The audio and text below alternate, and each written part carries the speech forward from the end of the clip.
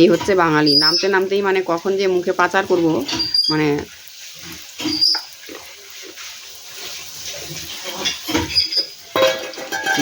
দারুণ হয়েছে, দারুণ। বাড়িতে হয়েছে পুঁই শাকের গাছ, নরম নরম কচি কচি পাতা।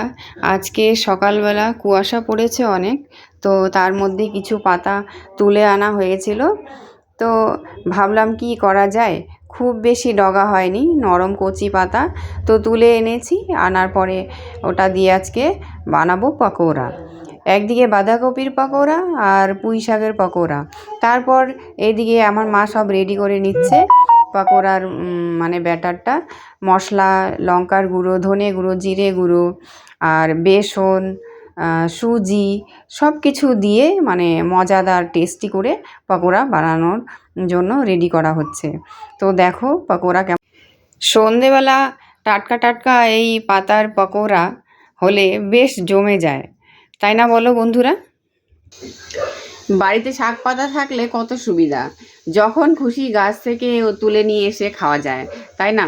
আর বাজারে গেলে পরে বাজারে যাও নিয়ে আসো, কত ঝামেলা। তো বাড়িতে আমাদের পুঁই শাক হয়েছে গাছে, ওখান থেকে আমরা আজকে পাতা তুলে নিয়ে এসে পকোড়া ভাজবো।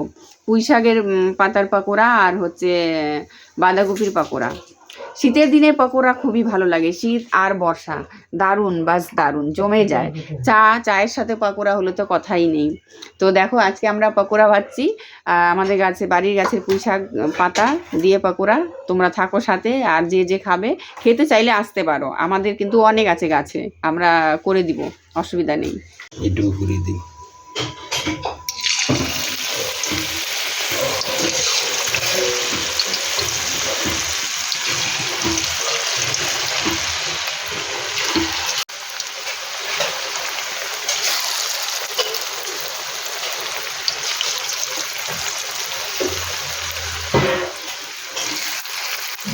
কারো যদি দেখে লোভ লাগে, আমার কিছু করার নেই।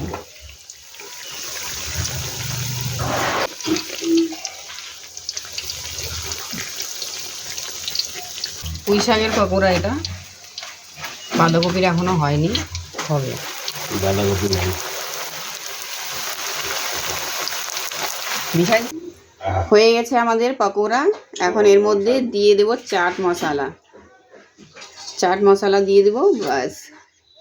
গাছ থেকে ছিঁড়ে এনে সঙ্গে সঙ্গে পকোড়া বানিয়ে খাওয়ার মজাই আলাদা। বাড়িতে গাছ থাকলে এই এক সুবিধা, যখন তখন ছিঁড়ে এনে যে মানে যেটা খুশি খাওয়া যায়।